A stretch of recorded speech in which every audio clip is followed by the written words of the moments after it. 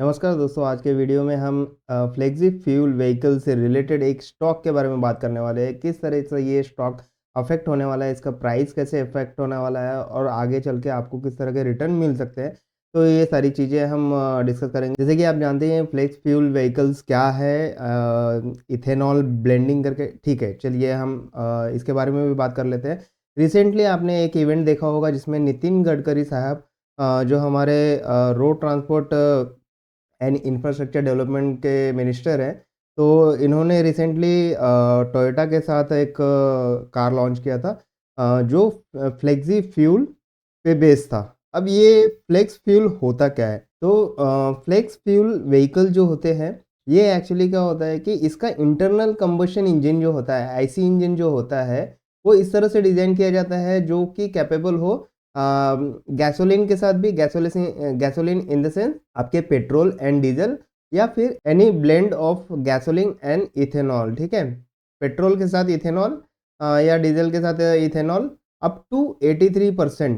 ठीक है, अगर आप पेट्रोल में अभी रिसेंटली देखो तो ऑलमोस्ट 80 टू 85 जो होता है पेट्रोल होता है। 80 टू 85% पेट्रोल होता है एंड इसमें 10 से 15% इथेनॉल होता है। ठीक है, तो अब गवर्नमेंट क्या कर रही है कि इस रेशियो को थोड़ा कम करना है। इथेनॉल का जो रेशियो है इसको बढ़ाना है। ओके, और पेट्रोल कम करना है। पेट्रोल के लिए क्या किया जाता है कि इंपोर्ट किया जाता है बाहर के देशों से, अरब देशों से इंपोर्ट किया जाता है क्रूड ऑयल। तो जिसकी वजह से हमारा जो मनी है, ठीक है, हमारा जो फॉरेक्स रिज़र्व है वो बाहर की तरफ जाता है एंड हमें किसी को पे करना पड़ता है। तो अभी क्या है कि इथेनॉल जो है हमारे घर में प्रोड्यूस किया जा सकता है। डिफरेंट डिफरेंट मेथड है इथेनॉल को प्रोड्यूस करने के लिए। तो इथेनॉल अगर हम प्रोड्यूस कर सकते हैं और इसका क्वांटिटी हम बढ़ा देते हैं, तो 80 टू 85% की जगह पे पेट्रोल या डीजल या कोई भी गैसोलीन जो यूज़ कर रहे हैं, तो 80 टू 85% की जगह पे ये रिड्यूस करके, ठीक है, ये रिड्यूस करके इसको 20% तक लेके जाना है और इथेनॉल को 80% तक लेके आना है। ठीक है, तो इस तरह का टारगेट है इंडियन गवर्नमेंट का कि इथेनॉल को 80% तक लेके जाओ और पेट्रोल को 20% तक लेके जाओ। सो दैट क्या होगा कि 20% पेट्रोल के लिए ही पेमेंट करना पड़ेगा और 80% का इथेनॉल हमारे घर में ही प्रोड्यूस होगा। ठीक है, तो ये सारी चीज़ें एकदम बेसिक चीज़ है, क्योंकि नई टेक्नोलॉजी जो आ रही है फ्लेक्सी फ्यूल से लेके आ रही है। ये जो कार यहाँ पे देख सकते हैं, यहाँ पे आपको दिख रहा होगा कि flexi fuel strong hybrid electric. तो electric plus flexi fuel vehicle है ये। फ्लेक्सी फ्यूल के साथ साथ इलेक्ट्रिसिटी पे भी चलती है। इस तरह की कार लॉन्च की है टोयोटा ने। ठीक है, तो इसके ही इवेंट में नितिन गडकरी साहब आके इसका प्रमोशन कर रहे थे। ठीक है, तो ये चीज़ आपको समझ में आ गई होगी कि एफएफवीज है क्या एंड इथेनॉल का क्यों इतना इम्पोर्टेंस है आगे के फ्यूचर में। क्योंकि यहाँ पर बात की जा रही है कि जो भी पेट्रोल एंड डीजल से पॉल्यूशन एमिशंस होते हैं, ठीक है, जो भी पॉल्यूटेंट निकलते हैं और हवा में मिक्स होते हैं, तो उसकी वजह से पॉल्यूशन बढ़ता है। तो वो पॉल्यूशन कम करना भी एंड फॉरेक्स रिजर्व का यूज़ कम से कम बाहर के देशों को पेमेंट करने के लिए हो, ये भी एक ऑब्जेक्टिव है, फाइनेंशियल ऑब्जेक्टिव है। तो ये दोनों चीज़ें अचीव की जा सकती है। तो चलिए आज हम ऐसे ही स्टॉक के बारे में बात करने वाले हैं जो फ्लेक्सी फ्यूल से रिलेटेड या फिर आप कह लो कि इथेनॉल से रिलेटेड प्लांट्स हैं, मैन्युफैक्चरिंग है, जो प्रोसेसेस है उसमें काफ़ी ज़्यादा अपना योगदान दे रही है। ऐसे स्टॉक के बारे में आज बात करेंगे। इस स्टॉक के बारे में जानने के लिए एंड तक बने रहिएगा। बहुत ही अच्छा स्टॉक है एंड आपको आने वाले टाइम में मल्टीबैगर रिटर्न भी दे सकता है एंड काफ़ी अच्छा फ्यूचर ग्रोथ इस कंपनी में आपको दिखाई दे सकता है। तो बेसिक से लेके एडवांस तक पूरा हम इस कंपनी के बारे में बात करेंगे, ए टू जेड बात करेंगे। इसमें हम कौन कौन से टॉपिक कवर करने वाले हैं वो भी देख लेते हैं।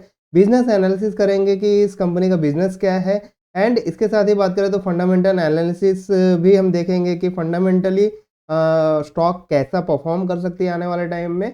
And definitely last but not least, price action क्या है अभी करंटली मार्केट में, इस स्टॉक में एंट्री ली जा सकती है या नहीं ली जा सकती है, वो सारी चीज़ें हम बात करेंगे। जी हाँ, वीडियो के एंड तक बने रहिएगा। बहुत ही छोटी-छोटी, बहुत ही बारीकी से इस स्टॉक को एनालाइज़ करके आपको बताने वाला हूँ मैं। तो चलिए वीडियो को स्टार्ट करते हैं। सबसे पहले हम देख लेते हैं कि इस कंपनी का एक्सपर्टीज़ है क्या? कंपनीज़ का एक्सपर्टीज़ के बारे में बात करूँ तो ये जो है 1985 में एस्टैब्लिश की गई थी, जिसका हेडक्वार्टर पुणे में है एंड इसके साथ ही ओवर दी 75 कंट्रीज़ में, ठीक है, 75 कंट्रीज़ में 750 रेफरेंसेस से भी ज़्यादा इनके नेटवर्क्स है ओवर द ग्लोब, ठीक है। एंड इस कंपनी ने अपनी शुरुआत की थी इथेनॉल प्लांट सप्लायर के तौर पर। एंड ये क्या करती थी कि पूरा इथेनॉल प्लांट सेटअप करके देती थी, कमीशन करके देती थी जो भी इनके क्लाइंट्स होते थे। तो एक्चुअली देखा जाए तो ये खुद ही इथेनॉल प्रोड्यूस नहीं करती है, but they provide solution on ethanol plant. And पूरा ए से लेके जेड तक पूरा इथेनॉल प्लांट डिज़ाइन करके, कमीशन करके आपके हाथों में देती है। जो भी इनके क्लाइंट है वो आप इनके वेबसाइट पे जाके चेक कर सकते हैं कि इनके क्लाइंट कौन कौन से हैं। तो पहला इनका जो रोल था कि as a supplier of ethanol plant की तरह इन्होंने स्टार्ट किया था। इसके साथ ही ये एक ऐसी ग्लोबल कंपनी है जो वेरियस सॉल्यूशन प्रोवाइड करती है related to environment and focusing on the environment, energy and agri process industries. तो ये था basic about this company and किस तरह से ये कंपनी काम करती है और किस सेक्टर में ये काम कर रही है। तो जैसे कि इंजीनियरिंग सेक्टर में आप देख सकते हैं कि इंफ्रास्ट्रक्चर है, इंजीनियरिंग सेक्टर में ये काम कर रही है, जहाँ पे इथेनॉल प्लांट पूरा का पूरा बेसिक से लेके, ठीक है, पूरा डिज़ाइन प्रोसेस से लेके, एक्सेसरीज से लेके पूरा चीज़ ये डिज़ाइन करके सेटअप करके देती है, सिर्फ आपको प्लांट चलाना है, ठीक है। ये इनका बेसिक कंपनी एक्सपर्टीज़ है। वहीं अगर एक्सपेंशन की बात करें तो इस कंपनी ने recently second generation ethanol bio refinery commission करके दिया था, सक्सेसफुली कमीशन किया था IOCL के लिए पानीपत लोकेशन में।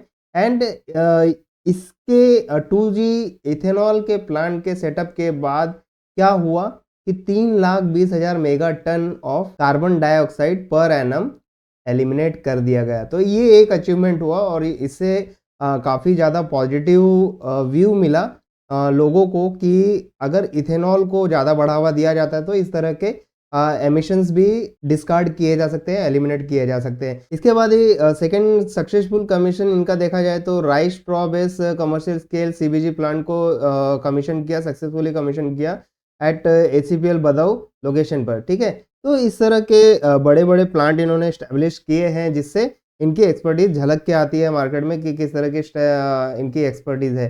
एंड इसके साथ ही रेवेन्यू की बात की जाए तो 83% का रेवेन्यू इनका डोमेस्टिक रेवेन्यू जनरेट होता है एंड 17% का जो रेवेन्यू है ये एक्सपोर्ट से जनरेट होता है।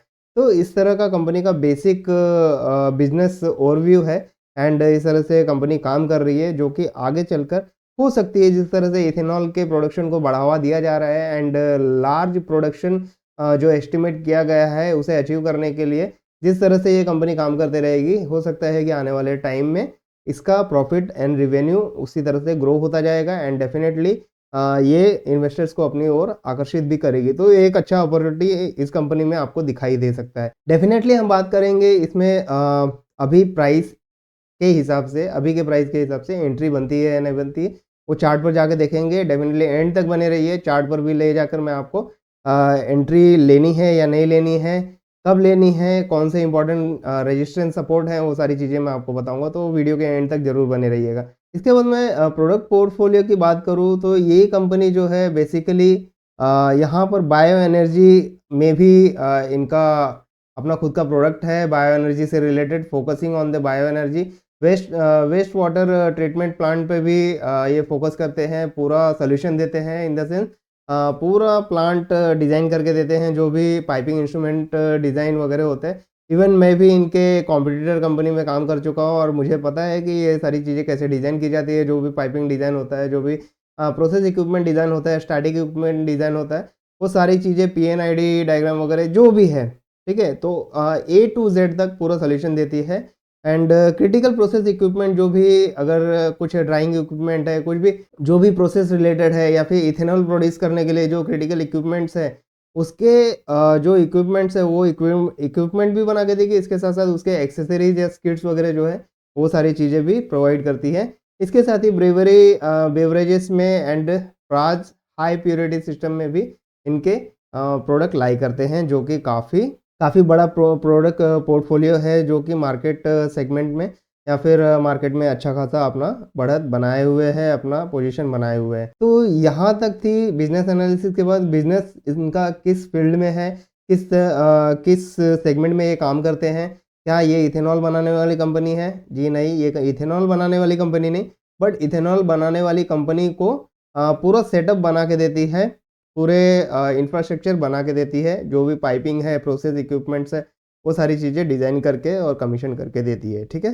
तो चलिए इसके साथ ही इसके फंडामेंटल पे भी थोड़ा गौर कर लेते हैं। सबसे पहले हम इसके market capitalization and basic overview की बात कर लेते हैं। तो यहाँ पे मार्केट कैपिटलाइजेशन देख लीजिए इस कंपनी का 9,442 करोड़ का मार्केट कैपिटलाइजेशन है। करंट प्राइस की बात करो तो 514 रुपये पे करंटली ट्रेड कर रहा है एंड हाई लो की बात करो तो 650 रुपये का हाई बनाया हुआ है एंड 299 रुपये का लो बना के मार्केट में अभी तक बना हुआ है 514 रुपये के प्राइस पर। स्टॉक पी का बात करूँ तो स्टॉक का पी है 33.8। डेफिनेटली इसके पीएस कंपनी से या सेक्टर पी से इसे कंपेयर करेंगे एंड देखेंगे कि ये अंडर वैल्यूड है या ओवर वैल्यूड मिल रही है हमें। Book value 60.5 rupees and dividend yield अगर देखा जाए तो अभी फिलहाल इन्होंने 0.88% का डिविडेंड यील्ड दिया है एंड आरओसी की बात की जाए बहुत ही अच्छा आरओसी है, यहाँ पे 31% का आरओसी है। आरओई भी बहुत ही अच्छा है, 20% प्लस है, मतलब 23.7% का आरओई है। फेस वैल्यू यहाँ पे 2 रुपीज़ है, जो कि आगे चल के हो सकता है कि स्प्लिट हो तो ये भी आपको एक अच्छा खासा रिटर्न दे सकती है। स्प्लिट होने में क्या होता है कि 2 का 1 हो जाएगा, तो आपके अगर 100 शेयर्स है तो ऑलरेडी ये 200 शेयर्स हो जाएंगे and definitely with respect to demand फिर से ये अच्छा खासा रिटर्न आपको देंगे। तो ये भी एक पॉजिटिव व्यू हो सकता है कंपनी के बारे में लेके। इसके साथ ही हम आगे बढ़ते हैं और देखते हैं कि जो भी प्रोज एंड कॉन्स हैं कंपनी को लेके।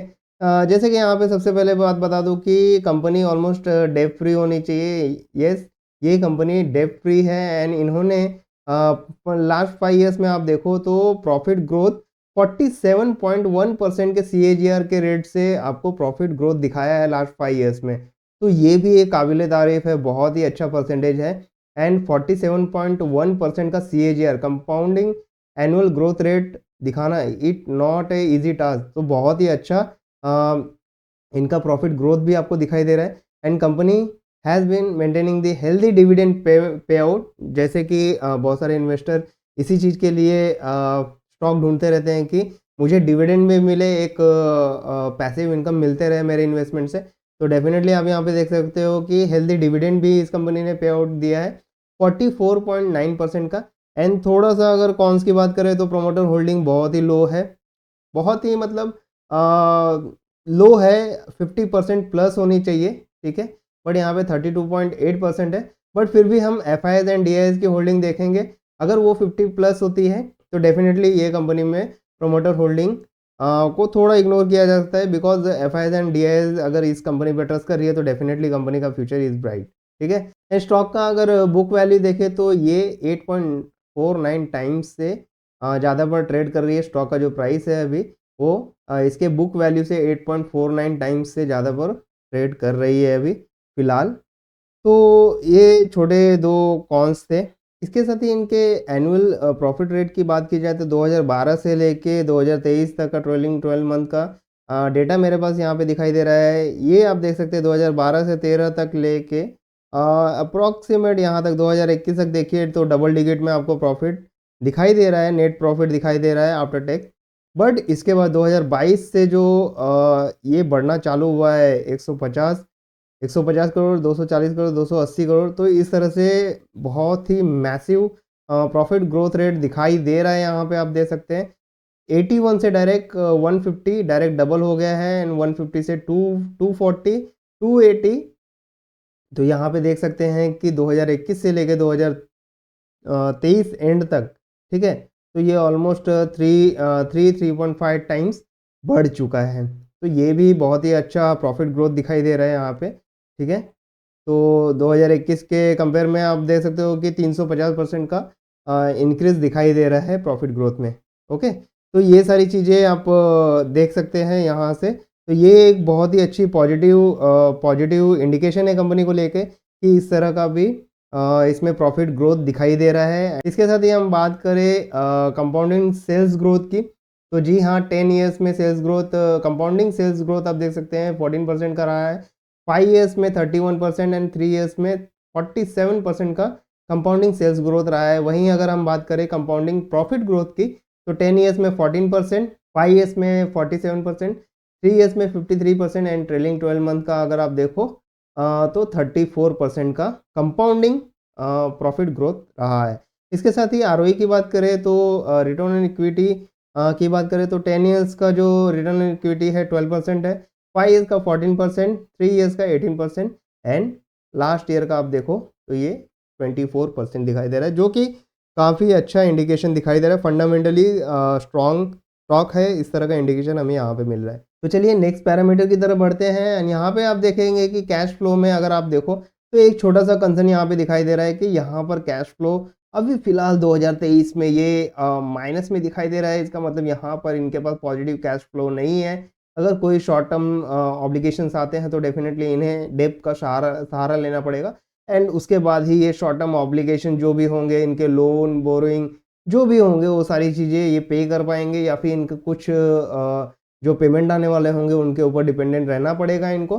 तो इस तरह की थोड़ी फाइनेंशियल डिफिकल्टीज फेस कर सकते हैं ये कंपनी। तो यहाँ पे कैश फ्लो आप देख सकते हैं कि फिलहाल लास्ट 2 ईयर्स से कम हुआ है, यहाँ पे आपको करंटली निगेटिव दिखाई दे रहा है। निगेटिव दिखाई दे रहा है तो इसमें पहले देख लीजिए कि ऑपरेटिंग रेवेन्यू से जो जनरेट हो रहा है वो काफ़ी अच्छा अमाउंट है एंड उसके बाद इन्वेस्टिंग एक्टिविटी में आप देख सकते हैं कि 78 करोड़ रुपीस इन्वेस्ट किया गया है। तो यहाँ पे इन्वेस्टिंग एक्टिविटी में भी इन्वेस्ट किया गया है, जहाँ से अच्छा खासा अमाउंट आने की गुंजाइश हो सकती है अगर अच्छी जगह अच्छे एसेट में अगर इन्होंने इन्वेस्टमेंट किया होगा तो। एंड इसके साथ ही फाइनेंशियल एक्टिविटी में आप देख सकते हैं कि 93 करोड़ का है। तो डेफिनेटली ये भी एक नेगेटिव कैश फ्लो दिखाई दे रहा है, बट इन्वेस्टिंग एक्टिविटी में आप देख सकते हैं कि ऑलमोस्ट 78 करोड़ का इन्वेस्टमेंट है। तो एक अच्छा इंडिकेशन आपके लिए हो सकता है कि इन्वेस्टमेंट में भी ये कंपनी ध्यान दे रही है, जिससे कि इसका ग्रोथ और भी ज़्यादा कंपाउंडेड हो सकता है। ठीक है, तो चलिए इसके साथ ही हम आगे बढ़ते हैं और देखते हैं कि ये कंपनी क्या अंडर वैल्यूड है या ओवर वैल्यूड है। तो इसे कंपेयर करेंगे sector P and sector PV ratio से। यहाँ पे आप देख सकते हैं कि ट्रेलिंग 12 मंथ का पी रेशियो जो है कंपनी का, ठीक है, कंपनी का पी रेशियो जो है ये 33.78% है एंड पीबी रेशियो 8.76% है। वहीं पर सेक्टर का पी रेशियो 58.68 एंड सेक्टर का पीवी रेशियो 6.76 है। तो आप अगर आप कंपेरेटिवली देखोगे यहाँ पे तो पी रेशियो काफ़ी कम है, ऑलमोस्ट हाफ है। तो सेक्टर से हाफ है, तो डेफिनेटली एक तरह से दिखाई दे रहा है कि आपको ये अंडर वैल्यूड स्टॉक मिल रही है। ये एक अंडर वैल्यूड स्टॉक आप बोल सकते हो। ठीक है, अभी करंटली आपको ये अंडर वैल्यूड स्टॉक मिल रही है एंड फंडामेंटली भी आप देखो तो डिविडेंड भी देखो, यहाँ पे डिविडेंड इन्होंने ज़्यादा पे किया है एज़ कम्पेयर टू सेक्टर। तो इसका मतलब ये है कि इनके पास इतनी कैपेबिलिटी है कि ये अपने इन्वेस्टर्स को डिविडेंड भी अच्छा खासा पे कर पा रहे हैं as compare to sector dividend. Okay, तो यहाँ पे आपको undervalued fundamentally strong stock मिल रहा है, यहाँ तक हमारा ये कंक्लूजन हो सकता है। इसके साथ ही हम आगे बात करें एंड देखें कि शेयर होल्डिंग पैटर्न किस तरह का रहा है पिछले कुछ साल में। तो यहाँ पे अगर मैं दिखा दूँ प्रमोटर एफआई डीआईएस की होल्डिंग एंड गवर्नमेंट की होल्डिंग, ठीक है, एंड डेफिनेटली इन लोगों से जो बचेगा वो होता है आपका पब्लिक होल्डिंग। तो यहाँ पे अगर आप देखो मार्च 2017 से लेके दिसंबर 2023 तक जो होल्डिंग है ऑलमोस्ट कांस्टेंट है, 33.6% से लेके 32.81% है। थोड़ा सा डिक्रीज हुआ है, वो यहाँ पे मार्च 2019 के आसपास से ही डिक्रीज हुआ है एंड अभी आप देखो तो पिछले 2 सालों से ये थोड़ा कांस्टेंट बना हुआ है। ठीक है, तो 32.81% का प्रोमोटर होल्डिंग है। वहीं पे एफआईएस की बात करें तो अभी करंटली 17.37% की होल्डिंग है, जो कि पिछले परसेंटेज से बढ़ी हुई दिखाई दे रही है। 9.82 से अभी 17% तक बढ़ी हुई है। ठीक है, 17.37% तक पहुंची है। डीआईएस की होल्डिंग आप देखो तो यहाँ पर भी डीआईएस की होल्डिंग काफ़ी अच्छी खासी होल्डिंग है। यहाँ पे करंटली आप देख सकते हो 13% की होल्डिंग डीआईएस ने बना के रखी हुई है। इसके बाद देखो तो 36% की ही होल्डिंग बचती है जो कि पब्लिक के पास है। इसका मतलब क्या हो रहा है कि यहाँ पे ऑलमोस्ट 63% का promoter plus DIIs and plus FIS की होल्डिंग 63% के ऊपर है। 63% के ऊपर होल्डिंग यहाँ पर दिखाई दे रही है प्रोमोटर एफआईएस एंड डीआईएस के पास। ठीक है, तो ये काफ़ी अच्छा इंडिकेशन होता है कि भैया 63% टोटल जो नंबर ऑफ शेयर होल्डर हैं, टोटल जो नंबर ऑफ शेयर होल्डर हैं उसमें से 63% प्रोमोटर एफआईएस एंड डीआईएस की ही होल्डिंग है। तो इसका मतलब ये होता है कि कंपनी पर एफआईएस, डीआईएस एंड प्रोमोटर्स को बहुत ही भरोसा है एंड आगे चल के ये कंपनी बूम करने वाली है। ये इनको फ्यूचर ग्रोथ से लग रहा है, इथेनॉल का जिस तरह से बढ़ावा दिया जा रहा है, इस तरह से इस कंपनी का भी आगे फ्यूचर बहुत ही अच्छा है। तो डेफ़िनेटली ये एक पॉजिटिव इंडिकेशन भी हो सकता है कंपनी के लिए। डेफ़िनेटली इसके साथ ही हम बात करते हैं कि ये कंपनी है कौन-सी? जी हाँ, दोस्तों जिसका आप इंतज़ार कर रहे थे, ये है प्राज इंडस्ट्रीज़ लिमिटेड। जी हाँ, हम प्राज इंडस्ट्रीज़ लिमिटेड के बारे में ही बात कर रहे थे। ये कंपनी जिस तरह से ग्लोबली लीड कर रही है, ग्लोबली वर्क कर रही है, उसी तरह से इंडिया में भी इन्हें अपॉर्चुनिटी मिली है इथेनॉल बेस फ्यूल बनाने की, इथेनॉल को ब्लेंड करके फ्यूल बनाने की, गैसोलीन के साथ पेट्रोल या डीज़ल जो आप बोलते हो, उसमें अभी कुछ परसेंटेज ऑफ इथेनॉल यूज़ किया जाता है, लाइक 10 टू 15% का इथेनॉल यूज़ किया जाता है। बट इन्हें अब अपॉर्चुनिटी मिल रहा है कि भैया आप इथेनॉल प्रोड्यूसिंग कंपनी है, उन्हें आप इथेनॉल प्रोड्यूस करने के लिए जो प्लांट बनाए जाते हैं, वो प्लांट आप कमीशन कर के दो, इतने प्लांट कमीशन करके दो कि उनकी जो कैपेसिटी है प्रोडक्शन की, ठीक है, वो मीट हो पाए। तो डेफ़िनेटली उसके बेसिस पे ही प्राज इंडस्ट्रीज़ सारी चीज़ें ए टू ज़ेड तक डिज़ाइन करके एंड कमीशन करके देती है अपने क्लाइंट्स को, लाइक आईओसीएल, एचपीसीएल जैसे भी आपने हमारे बिज़नेस एनालिसिस के स्टेप्स में देखा था, वहाँ पर आपने उस स्लाइड में देखा था कि आईओसीएल, एचपीसीएल के लिए बहुत ही बड़े-बड़े प्लांट इन्होंने एस्टैब्लिश करके दिए हैं, कमीशन करके दिए हैं। तो इस तरह से बहुत सारे इनके क्लाइंट्स हैं जिनके लिए इथेनॉल प्रोड्यूसिंग प्लांट सेटअप करके दे रही है एंड बैक टू बैक इनके पास ऑर्डर आ रहे हैं। तो ये सारी चीज़ें आपको यहाँ से पता चल सकती है। अब सबसे इम्पोर्टेंट जिसका आपको इंतज़ार रहता है कि भैया इसमें एंट्री अभी लेनी चाहिए या नहीं लेनी चाहिए, क्योंकि क्या होता है कि आपने किसी का स्टॉक देख लिया, कोई वीडियो देख लिया और जाके फटाक से बाय कर लिया, बट वो प्राइस एंट्री बराबर नहीं थी। अब आपने ₹514 पे बाय कर लिया, अब वो मार्केट थोड़ा करेक्शन लेने के लिए नीचे जाएगा, नीचे जाएगा। अब आप बोलोगे कि भैया मैंने ₹514 पे ली, अब ये आ गया है ₹500 या ₹450, तो अब तो मेरा नेगेटिव पोर्टफ़ोलियो दिख रहा है, ठीक है? नेगेटिव पोर्टफ़ोलियो दिख रहा है, तो अब मैं क्या करूँ? अब तो मैं टेंशन में आ जाऊँगा कि भैया लोगों ने तो बोला था कि प्राज इंडस्ट्री खरीद लो और अच्छा खासा प्रॉफ़िट मिलेगा। तो डेफ़िनेटली हम थोड़ा एंट्री के ऊपर भी बात करेंगे, प्राइस एक्शन के बारे में भी बात करेंगे कि इस कंपनी में अभी प्राइस एक्शन क्या बन रहा है। तो let's go on price chart and let's see कि किस तरह के प्राइस एक्शन बन रहे हैं एंड अभी जो प्राइस एक्शन है क्या अभी एंट्री लेने लायक है या फिर थोड़ा वेट करना चाहिए, या फिर कोई इंपॉर्टेंट सपोर्ट या रेजिस्टेंस के बारे में बात करेंगे जहाँ पे हमें थोड़ा वॉच आउट रख के उसके बाद एंट्री लेनी है। ओके, तो चलिए अपने चार्ट पर चलते हैं। तो ये हम अपने चार्ट पे आ चुके हैं। यहाँ पे आप देख सकते हैं कि प्राज इंडस्ट्रीज़ का मैंने चार्ट ओपन कर रखा हुआ है एंड वन डे का चार्ट ओपन कर रखा हुआ है, ठीक है? वन डे के टाइम फ्रेम में मैंने चार्ट ओपन कर रखा है। अब जैसे कि हम इन्वेस्टमेंट की बात कर रहे हैं, तो डेफ़िनेटली मैं कभी भी शॉर्ट टर्म या फिर कुछ इंट्राडे के टिप्स नहीं देता हूँ। डेफ़िनेटली मैं लॉन्ग टर्म में बिलीव करता हूँ एंड मुझे लगता है कि पैसा जो बनता है भैया लॉन्ग टर्म में ही बनता है। शॉर्ट टर्म में कुछ भी नहीं होता। शॉर्ट टर्म में तो तुम्हारा पढ़ाई भी नहीं होता है। क्या 4 साल की पढ़ाई आप 1 साल में खत्म करके जा सकते हो? नहीं। इसको जितना टाइम लगने वाला है और अच्छी चीज़ें बनने के लिए डेफ़िनेटली अच्छा टाइम लगता ही है। ठीक है? तो इस पे ज़्यादा मैं बहस नहीं करूँगा और आपको सिंपली बता देता हूँ कि मेरा जो फंडामेंटली सोचना है, यही सोचना है कि जो पैसे बनते हैं वो लॉन्ग टर्म में ही बनते हैं। ठीक है? अब आपको अगर डिबेट करना है तो डिबेट करने से पहले मैं आपको एविडेंस दे देता हूँ। यहाँ पे देखिए, आप जो प्राइस इंडस्ट्री की बात कर रहा हूँ, अगर उसे आप लॉन्ग टर्म के व्यू से देखते तो यहाँ पे अगर 2020 की बात करूँ तो 2020 में ये ₹70 ₹72 थी, ठीक है? ₹70 के हिसाब से भी आप देखो तो इसने जो ऑल टाइम हाई बनाया है ₹644, ठीक है? तो 8 से 9 गुना रिटर्न दिया है आपको 3 सालों में, ठीक है?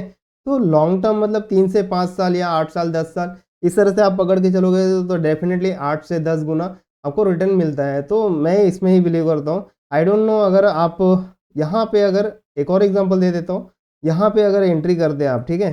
फॉर एग्ज़ाम्पल आप यहाँ पे एंट्री कर लेते, ठीक है? उसके बाद मार्केट नीचे गई हुई है, आपने एंट्री किया 444 पे, बट मार्केट 327 पे चला गया। आप सोचते हैं कि भैया ये तो नीचे ही जा रही है, हम एग्ज़िट कर लेते हैं, यहाँ से एग्ज़िट कर लेते हैं। बट ये थोड़ा रेंज बाउंड चली है, बट ये रेंज बाउंड के बाद आप मार्केट देख सकते हैं किस तरह से बूम दिया मार्केट ने। तो डेफ़िनेटली हर एक चीज़ डेवलप होने के लिए टाइम लगता है, एक सीड को भी प्लांट बनने में थोड़ा टाइम लगता है। तो ये सारी चीज़ें एक साइकोलॉजी है, ट्रेडर्स की साइकोलॉजी होनी चाहिए। इसीलिए मैं बिलीव करता हूँ कि जो भी पैसे बनते हैं वो लॉन्ग टर्म में ही बनते हैं। जैसे कि आपको एविडेंस भी मैंने आपको दिखा दिया। ठीक है, चलिए वो सारी चीज़ें छोड़ते हैं। कभी आपको ज़रूरत हो तो कमेंट बॉक्स में ज़रूर कमेंट कीजिए, मैं उसके लिए अलग से वीडियो बनाऊँगा कि किस तरह से लॉन्ग टर्म में पैसे बनते हैं। इसे जस्टिफ़ाई करने के लिए मैं एक बहुत ही बेस्ट वीडियो बनाऊँगा। अगर आपको ज़रूरत है तो डेफ़िनेटली कमेंट बॉक्स में जल्दी कमेंट कीजिए एंड 100 से ज़्यादा कमेंट अगर आ गए तो डेफ़िनेटली मैं उसके लिए वीडियो बना के लेके आऊँगा। ओके? तो चलिए अपने बेसिक ऑब्जेक्टिव के तरफ जाते हैं कि अभी जो प्राइस लेवल है, उसमें एंट्री लेना बनता है या नहीं। यहाँ पे देखिए गोल्डन क्रॉसओवर का मैंने सेटअप लगा के रखा हुआ है। इवन मैंने प्राइस का जो स्ट्रेंथ है वो जानने के लिए आरएसआई भी लगा के रखा हुआ है, ठीक है? तो यह हमारा बेसिक सेटअप है। अब यहाँ पे देखो कि यहाँ पे आपका गोल्डन क्रॉसओवर हुआ था विथ गुड वॉल्यूम, ठीक है? यहाँ पे वॉल्यूम भी काफ़ी अच्छा है, ओके? तो ये कन्फर्मेशन आपको मिल गया। तो यहाँ पे अगर एंट्री ले लेते हैं आप, ठीक है? यहाँ पे आप एंट्री ले लेते तो ये कौन-सा प्राइस है? ये प्राइस है ₹366 का, ₹370 मान लो। ₹370 से 640 का आपको टारगेट मिलता, तो काफ़ी अच्छा टारगेट है, ठीक है? तो ये गोल्डन क्रॉसओवर का एक फ़ायदा था जो मैंने आपको अभी बता दिया। चलिए गोल्डन क्रॉसओवर पे नहीं जाते हैं, अभी फ़िलहाल जो करंट प्राइस है, वो जो प्राइस है ₹514 का, ठीक है? ₹513.65 मतलब ₹14 पकड़ लो। ₹514 का प्राइस है। अब ये प्राइस देखो 50 के मूविंग एवरेज से, ठीक है? 50 डीएमए से 50 डेज़ मूविंग एवरेज से नीचे आकर ये जो इम्पोर्टेंट सपोर्ट था, उसे भी ब्रेक करके मार्केट नीचे आई है, इसका स्टॉक नीचे आया है, ठीक है? यहाँ पे आप देख सकते हैं कि मार्केट थोड़ा नीचे आया है यहाँ पे और ये जो लाइन है आपका 200 डीएमए का लाइन है, ठीक है? 200 ये जो लाइन है आपका 200 डीएमए का लाइन है, ओके? तो यहाँ पे देखिए कि ये 50 के लाइन को क्रॉस करके ये जो मेजर सपोर्ट था, मेजर सपोर्ट को भी ब्रेक करके नीचे गई है एंड 200 के लाइन पे 200 डीएमए के लाइन पे सपोर्ट लेके कंटिन्यू इस पे सपोर्ट ले रही है। बट अभी 50 और 200 के बीच में ही ट्रेड कर रही है, ठीक है? तो एक तो आप अभी एंट्री ले सकते हो कि ये 200 के लाइन पे 200 डीएमए के लाइन पे सपोर्ट ली हुई है और यहाँ से एक बेस्ट एंट्री है। या फिर आप कंफर्मेशन का वेट करो, तो जब ये 50 के लाइन को क्रॉस करके ऊपर की तरफ जाएगी कैंडल, तो आप एंट्री ले सकते हैं, ठीक है? कुछ इस तरह से। तो यहाँ से हो सकता है कि एक बड़ा बूम देखने मिले। तो एक तो ये हो सकता है कि अगर लॉन्ग टर्म में आप सोच रहे हो तो 514 पे अभी आप एंट्री ले लो, ठीक है? एंड 50 के लाइन के ऊपर 50 डीएमए के लाइन के ऊपर अगर कैंडल क्लोजिंग देती है तो डेफिनेटली आपका एक पॉजिटिव कंफर्मेशन मिलता है एंड यहाँ पे वॉल्यूम भी चेक कर लेना, वॉल्यूम भी अच्छा खासा बने, ठीक है? तो ये कंफर्मेशन आपको मिल सकता है। इसके अलावा अगर नेगेटिव कुछ होता है तो ये 200 के लाइन को भी क्रॉस करके नीचे जा सकती है। अब अगर 200 डीएमए के लाइन को क्रॉस करके नीचे की तरफ जाती है इन द सेंस, क्योंकि यहाँ पे आरएसआई भी देखो तो 51.98 पे बना हुआ है। तो यहाँ से मार्केट हो सकता है नीचे भी जा सकती है और इस तरह से सपोर्ट लेके फिर उसके बाद ग्रो करना दिखा सकती है। ये भी एक रीज़न हो सकता है। तो इस केस में क्या करें? इस केस में आपका सपोर्ट मेजर सपोर्ट जो है वो कौन-सा होगा? तो आप अगर लॉन्ग टर्म में आप देखो, तो आपको ये एरिया दिखाई दे रहा होगा, ठीक है? यहाँ पे मैं दिखाता हूँ। ये एरिया जो है, ये काफ़ी ज़्यादा डिमांड एरिया है, ठीक है? या फिर आप बोल सकते हो कि लॉन्ग टर्म में आप देख सकते हो कि साइडवेज़ रहा है।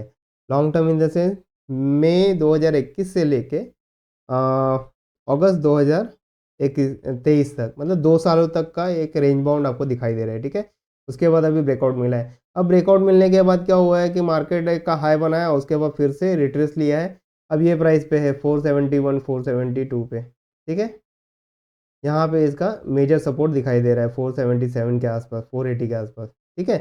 तो ये आपको दिखाई दे सकता है। अगर यहाँ से नेगेटिव होता है कुछ, जैसे कि हम बात कर रहे थे, इससे नेगेटिव कुछ होता है, तो डेफ़िनेटली आपका इन वर्स्ट केस बहुत ज़्यादा कुछ नेगेटिव होता है तो ₹300 पे इसका बहुत ही बड़ा मेजर सपोर्ट है, ठीक है?